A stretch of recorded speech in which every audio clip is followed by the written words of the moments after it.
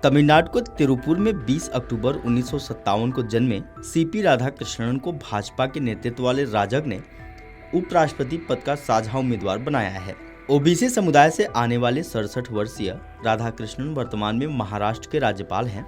इससे पहले वह करीब 1.5 साल तक झारखंड के राज्यपाल रहे थे। झारखंड की जिम्मेदारी संभालते हुए राधाकृष्णन को तेलंगाना का राज्यपाल और पुडुचेरी का उपराज्यपाल का अतिरिक्त प्रभार भी सौंपा गया था। सीपी राधाकृष्णन ने बिजनेस एडमिनिस्ट्रेशन में स्नातक की पढ़ाई की है। 16 साल की उम्र में वो आरएसएस के स्वयंसेवक के तौर पर सार्वजनिक जीवन में आए और 1974 में भारतीय जनसंघ की तमिलनाडु कार्यकारिणी में शामिल हुए। साल 1996 में उन्हें तमिलनाडु भाजपा का प्रदेश महासचिव बनाया गया। वह 1998 में कोयम्बटूर से पहली बार लोकसभा पहुंचे और 1999 में दोबारा चुने गए, लेकिन इसके बाद उन्हें लगातार 3 बार लोकसभा चुनाव में हार का सामना करना पड़ा।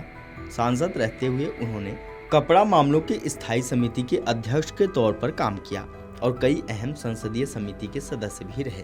राधाकृष्णन साल 2004 में संयुक्त राष्ट्र महासभा को संबोधित करने वाले भारतीय संसदीय दल का हिस्सा बने।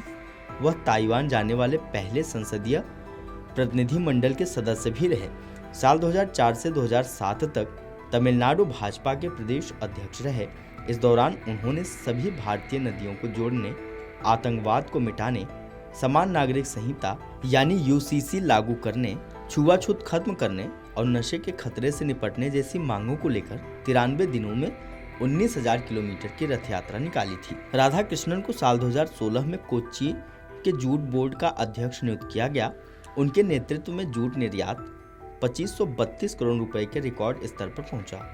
साल 2020 से 2022 तक वह केरल में भाजपा के अखिल भारतीय प्रभारी रहे। फरवरी 2023 में झारखंड के राज्यपाल बने और शुरुआती 4 महीनों में ही 24 जिलों का दौरा किया। वो खेलों में भी सक्रिय रहे। क्रिकेट और वॉलीबॉल का भी उन्हें शौक है। वो America, Britain, France, Germany, Japan और चीन समेत कई देशों की यात्रा कर चुके हैं। सुनिए जेपी नड्डा ने सीपी राधाकृष्णन के नाम का ऐलान करते हुए क्या कुछ कहा। बोर्ड की बैठक थी। यह बैठक उपराष्ट्रपति पद के प्रत्याशी के चयन के लिए ये बैठक बुलाई गई थी।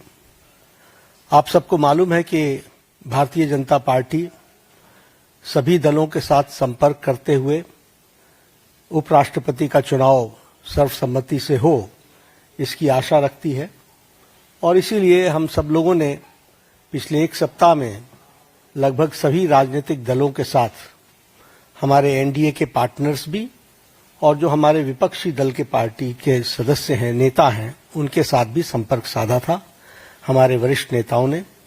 और हम लोगों ने इस बात को की उम्मीद रखी है कि हम उपराष्ट्रपति का चुनाव सर्वसम्मति से करें और भारतीय जनता पार्टी एनडीए का कैंडिडेट हो। इस बात को उनके साथ स्पष्ट करते हुए हम लोगों ने बात को रखा। हमारे जो विपक्षी दल हैं उन्होंने कहा कि कैंडिडेट के पता चलने के पश्चात हम तय करेंगे हमारा समर्थन रहेगा या नहीं।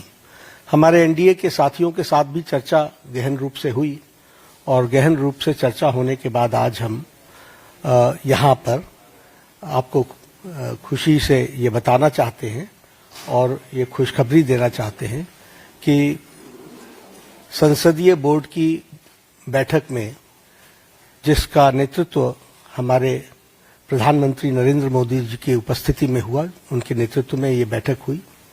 सभी पहलुओं पर चर्चा हुई और नामों पर विस्तृत रूप से जो पार्टी में एक्सरसाइज हुई थी, उन सारे एक्सरसाइज के बारे में डेलिब्रेशन हुआ, सभी के साथ चर्चा हुई, सुझाव मांगे गए और उसके बाद फिर ये तय हुआ कि हमारे उपराष्ट्रपति के प्रत्याशी के रूप में हमारे महाराष्ट्र के राज्यपाल श्री सीपी राधाकृष्णन जी, चंद्रपुरम पुन्नासामी राधाकृष्णन जी, उनको हम।